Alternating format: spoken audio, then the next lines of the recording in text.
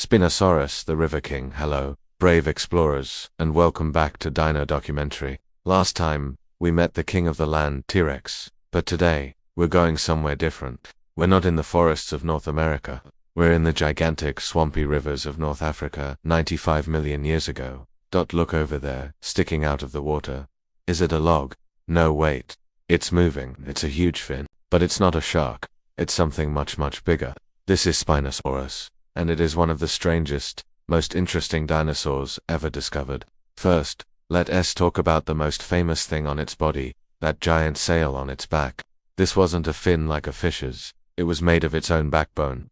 Long bony spines stuck up from its back, some as tall as a grown-up person. These spines were covered in skin, creating a massive, spectacular sail. But why? Why have a giant sail on your back? Scientists have some amazing ideas. Idea 1. It was a giant billboard.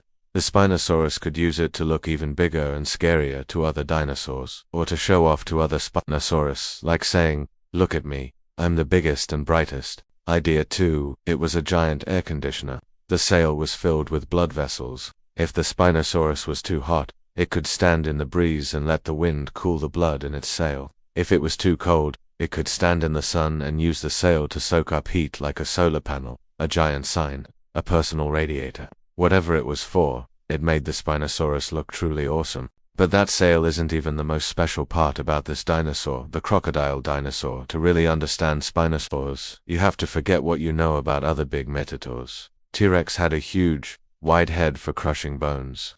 Spinosaurus did not. Look at its head. It was long, thin, and narrow, just like a crocodile. And look at its teeth. They weren't thick, bone-crushing bananas like they were sharp, cone-shaped, and interlocking, perfect for one thing, gripping. Gripping what?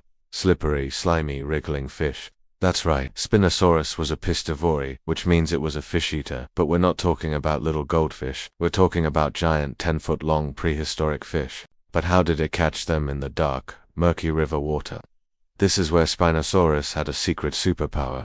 Its long, crocodile-like snout was covered in tiny holes, just like a modern croc. These weren't just for looks. These sensory pits could feel the tiniest movement in the water. Spinosaurus could put its snout in the water and wait. It didn't need to see the fish. It could feel it swimming by, and then lunge. With its interlocking teeth, the slippery fish had no chance of escape. This dinosaur was built differently. It had shorter back legs than T-Rex, and its feet might have been webbed, perfect for paddling. Its body was long and low. It wasn't just near the water. It was in the water. Spinosaurus was not a land king, it was a river king, the tale of the river king for many years. Scientists knew Spinosaurus was a river dinosaur, but a few years ago they made an incredible discovery that changed everything.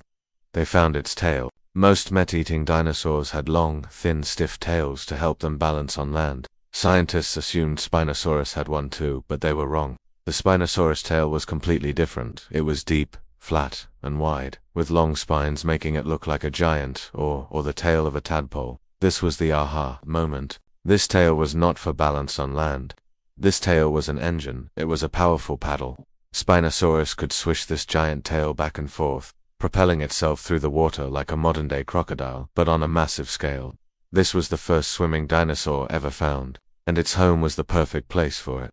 The rivers of ancient North Africa were full of life. It wasn't just giant fish. There were also giant crocodiles, some as big as a bus, like Sarcosuchus. Spinosaurus was the apex predator of this giant river system. At over 50 feet, 15 meters long, it was perhaps the longest predatory dinosaur that ever lived, even longer than Narrator.